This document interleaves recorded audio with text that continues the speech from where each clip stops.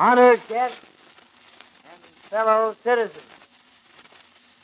we pause for 1 hour in the course of our very busy lives to honor here in historic Portsmouth Square the memories of Captain John Berrien Montgomery of the United States Navy, who on July the 9th, 1846, with his gallant men, raised the stars and stripes over the Mexican port of Yerba Buena.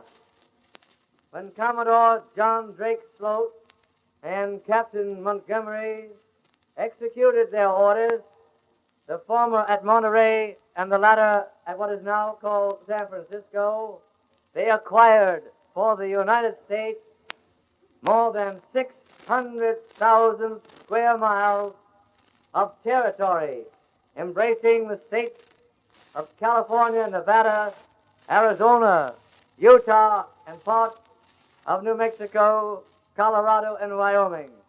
An historic event indeed.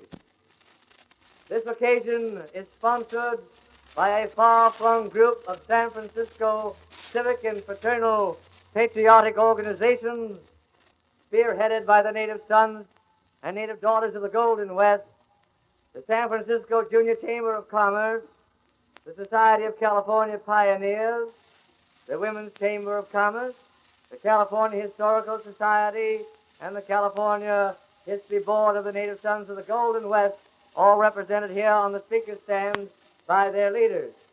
Time will not permit introduction of more than a few of these distinguished citizens. Our attention also is called to the necessity of rearranging somewhat the program in order to coincide with radio transcription requirements. This occasion is an appropriate one for pointing out the high regard in which San Franciscans hold and always held the United States Navy. A large number of our principal streets are named after naval officers who attended that picturesque ceremony in this plaza of Yerba Buena 100 years ago. Lieutenant Powell.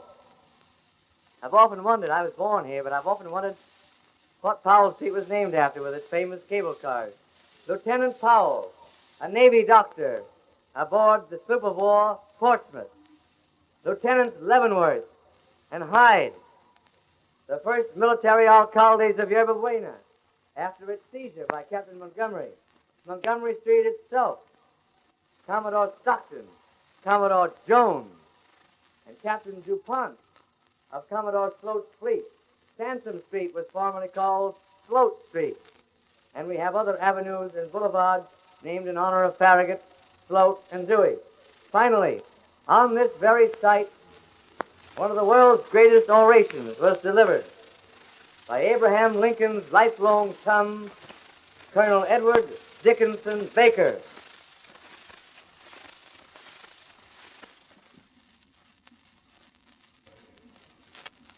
First United States Senator from the territory of Oregon. In Portsmouth Square, in mid-September 1859, on the eve of the Civil War, he delivered the eulogy here over the body of United States Senator Broderick, slain in a duel with California's Chief Justice Terry.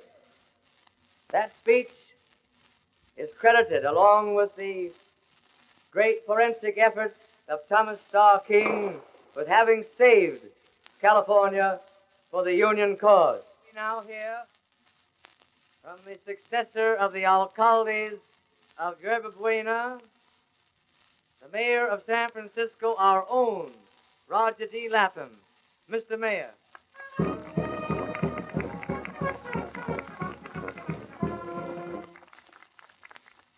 Mr. Nolan, honored guests, and citizens of San Francisco. I've been sitting here and trying to picture just what this looked like 100 years ago. We know that some few hundred yards in front of us lay the bay of that day, the sleepy town of Yerba Buena. And then to think of what's happened since.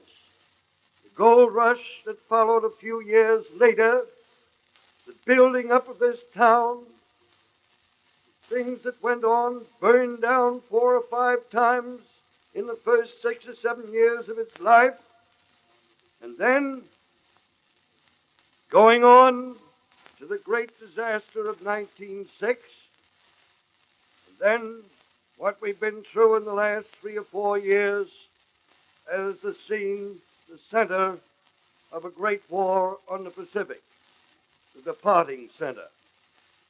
And then I've been thinking how wonderful it would be, if possible, to live another 100 years and to see what's going to happen to this city and this state and this whole Pacific coast in the next 100 years.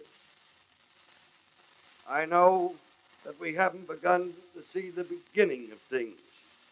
I'm certain that those who will follow us, our grandchildren and great-grandchildren, will live in a city that will become the real city of destiny, the city of the Pacific era. Let's all take courage and press forward for the future. Thank you. Thank you, Mayor Lapham. Governor Earl Warren, unable to be present in person, has designated as his representative on this historic occasion the Honorable C.J. Goodell of the California District Court of Appeals. Judge Goodell.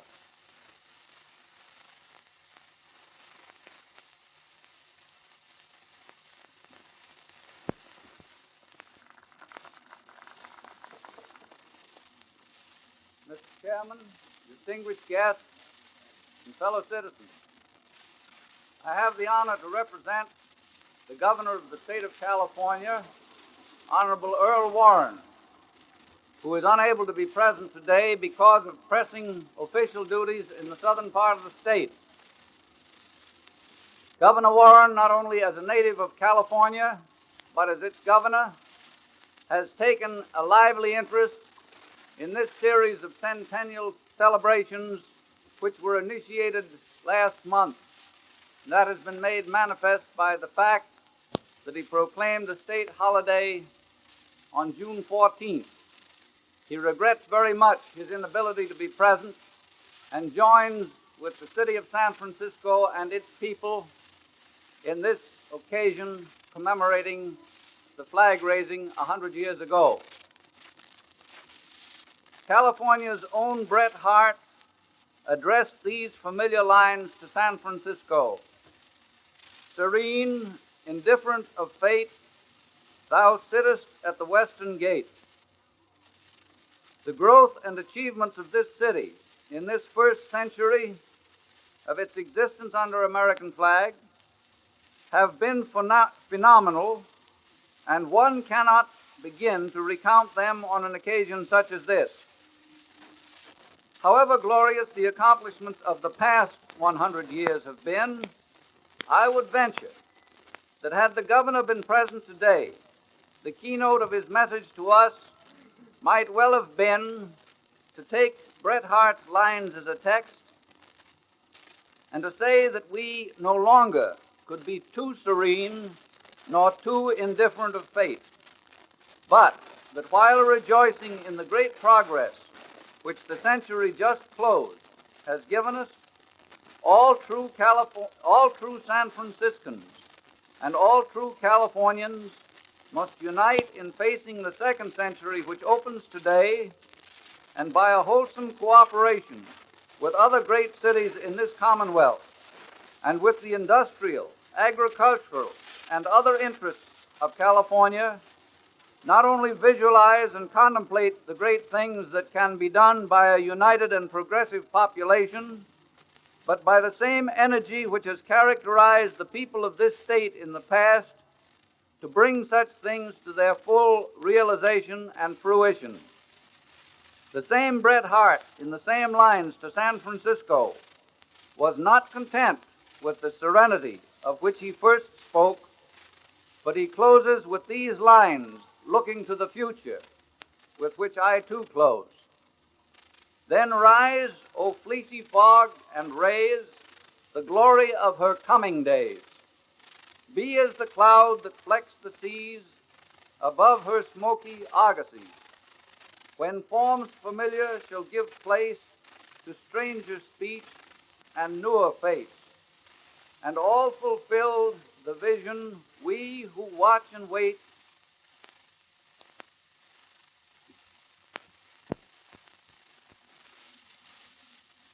shall never see. Thank you very much. Thank you, Judge Goodell. Appropriately, the Navy reenacts here today the raising of the American flag. Appropriately also, we now hear from a most distinguished naval officer whose gallantry as a young ensign won him in 1915 the precious Medal of Honor. On duty in the boiler room of the USS San Diego, when her boilers exploded, he braced his foot against the wall and forcibly held open the electrically controlled watertight doors to permit his men to escape before the other boilers exploded and while steam immersed him. He won many distinctions since that heroic act, including the Navy Cross for heroism in World War I. And having personally led the party that secured storm-tossed depth charges that had broken loose on the afterdeck of the USS Sampson, he won the Legion of Merit 4 times. Let us hear from Commodore Robert Webster Cary, USN, now Treasure Island. Commodore Cary.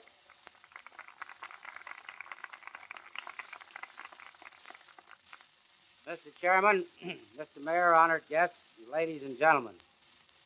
The celebration of this centennial is of great interest to the Navy because that day 100 years ago, which we commemorate now, was indeed a Navy show.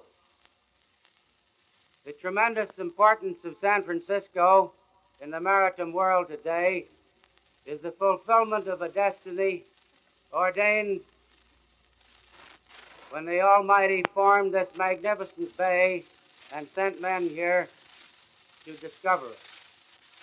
It may be interesting to briefly trace the naval and maritime influence in the development of this bay and city. Strange as it may seem to us, particularly those of us who believe that San Francisco is the acme of perfection as a place to live, the Spaniards of that day did not seem to appreciate its importance. They considered it a wasteland and not of much value, and it was only when the Russians and the British, still further north, began to take an interest in this area that the Spanish also began to take an interest in it. If they had known about Los Angeles as it has developed today, they would have been more interested.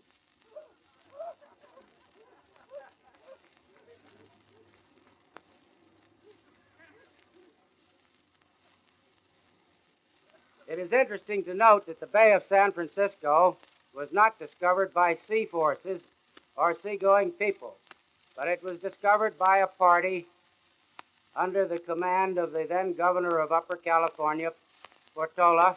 Some people say it's Portola, and I don't know which it is, who on the 1st of November, 1769, discovered the bay and stayed here to map it.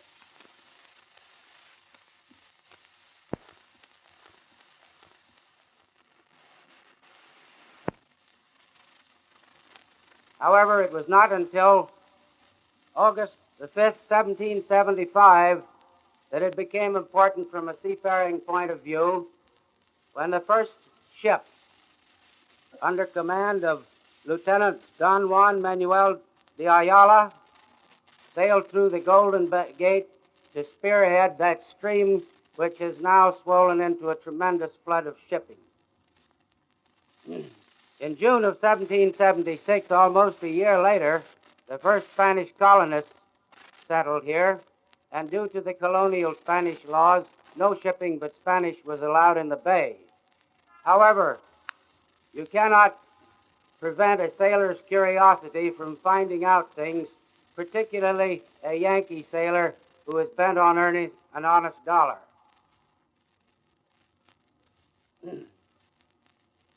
So it was not too long until the American ship Eliza, under Captain John Rowan, ostensibly for supplies, but not without recognizing the possibility of a little fur trading on the side, entered San Francisco Bay. San Francisco continued to progress, or it was Yerba Buena then, through the years. The growing fur trade of the Russians at Fort Ross and the British further north, the westward expansion of the United States, and the revolution in Mexico all began to center more and more interest in California.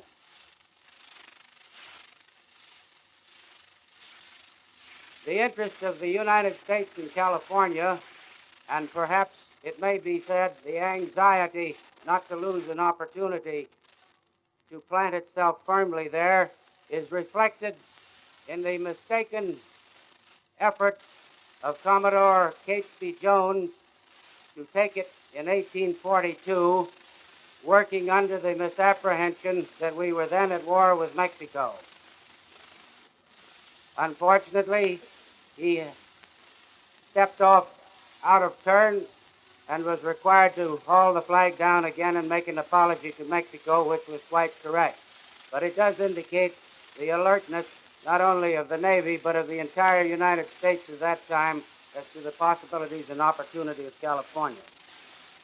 It was not until July the 7th, 1846, that as has already been stated today, that Commodore Sloat took over California for the United States and declared it to be occupied, and 2 days later, Captain Montgomery hoisted the flag here as an extension of the occupation. From that day, the interest of the Navy in San Francisco has never waned. In the 1850s, the necessity for having repair facilities on this coast for a fleet that was needed in the Pacific developed into the establishment of the Mare Island Navy Yard, which has been with you ever since. Following that development, the Navy has taken over Hunters Point, Treasure Island, Naval Air Station Alameda, and various other permanent establishments in the Bay Area, not including those vast temporary establishments that we had here during the war.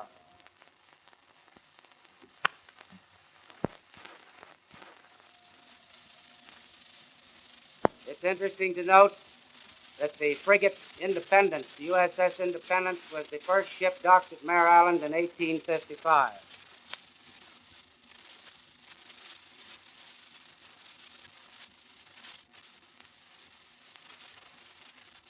As the mayor has so aptly pointed out to you, the potentialities of the future of San Francisco as a maritime port and the potentialities of the city itself as a result of its maritime development are almost unlimited. What it turns out to be depends upon San Franciscans themselves. I know that the Navy will always contribute, as it has in the past, whatever it can towards the development of San Francisco, and may God bless the efforts of the San Franciscans themselves in its development. We will now hear, before raising the flag, from Mr. Edward D. Kyle, outstanding citizen and director of the Society of California Pioneers. Mr. Kyle.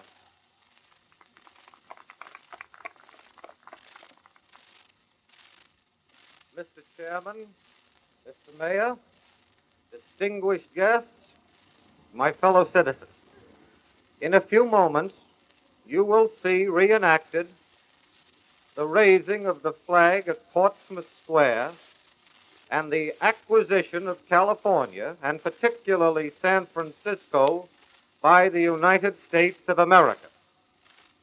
On July 9th, 1846, 100 years ago today, from the USS Portsmouth, a company of sailors and Marines marched to this very spot and raised the flag of the United States.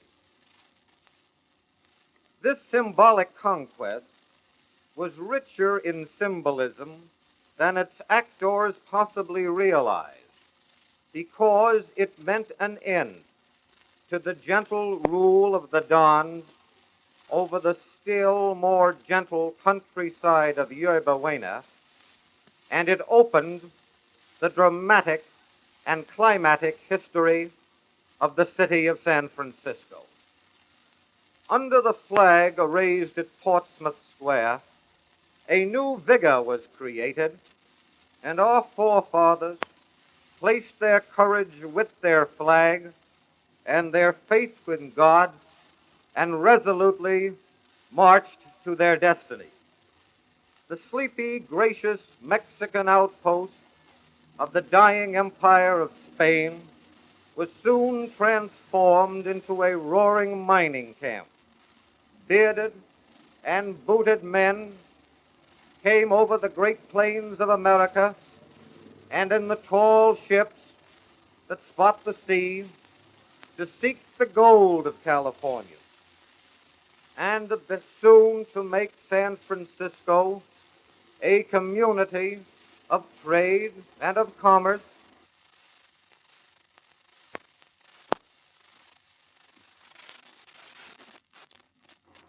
and eventually the nerve center of the financial and business world of the Pacific.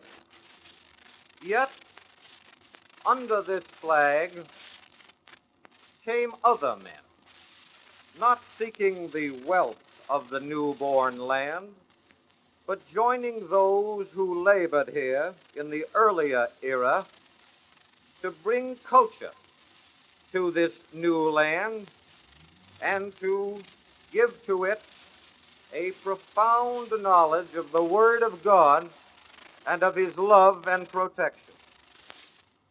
100 years have passed from a small village clustered about this square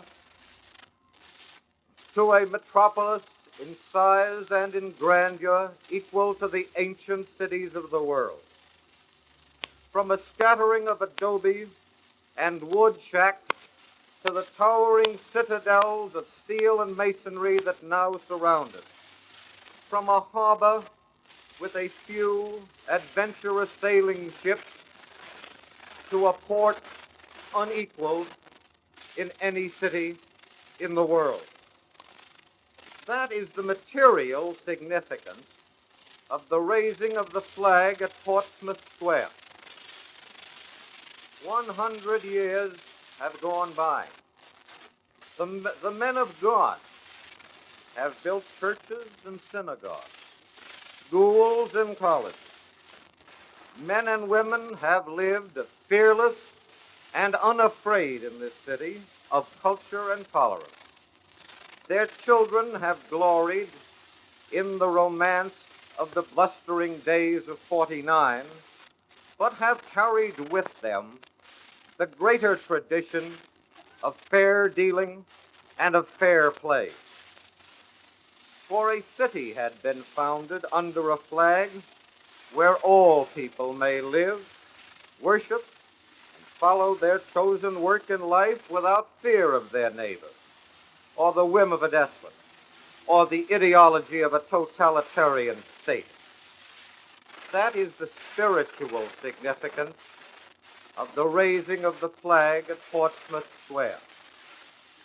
It is because the people of San Francisco have realized this dual significance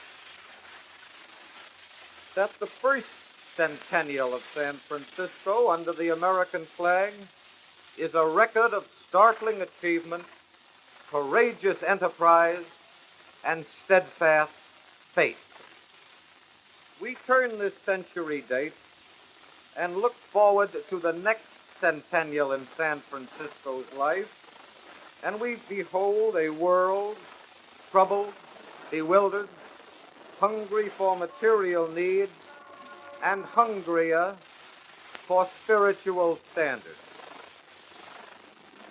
A new world beckoning to men of high principle and courageous enterprise to seek the new horizons, and yet being limited in many parts of the world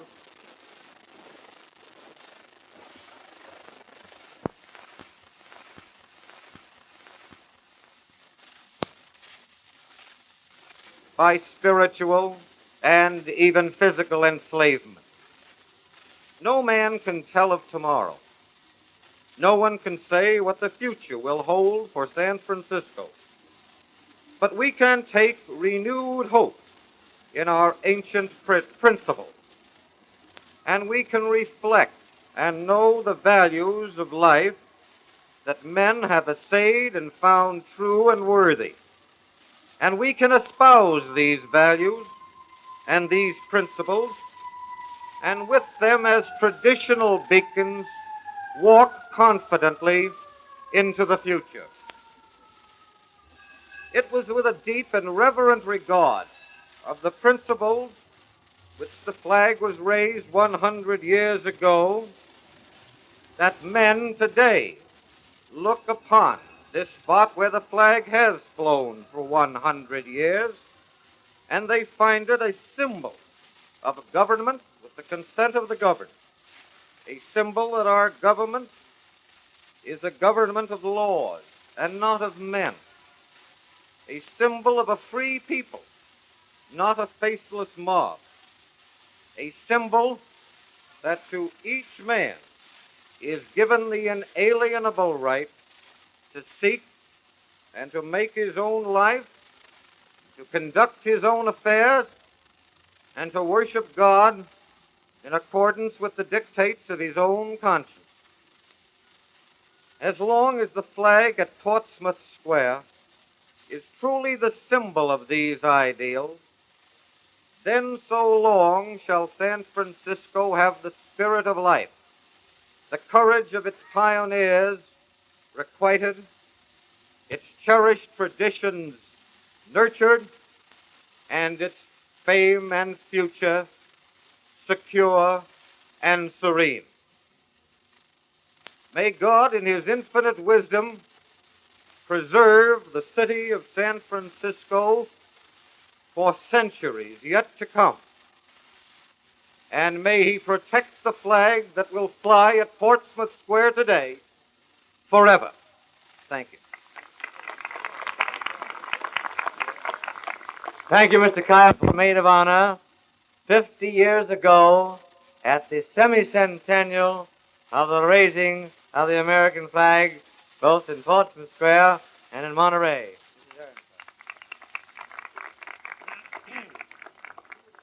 The Navy will now re-raise the American flag over in salute to the gallant Americans who brought us into the great heart and soul of the United States of America on this happy day 100 years ago. The flag will be sent aloft by Seaman First Class Morton Lickerman and Walter Ingle, U.S. Naval Reserve, Treasure Island. Commander Bryant, will you have your battery of buglers give us to the colors?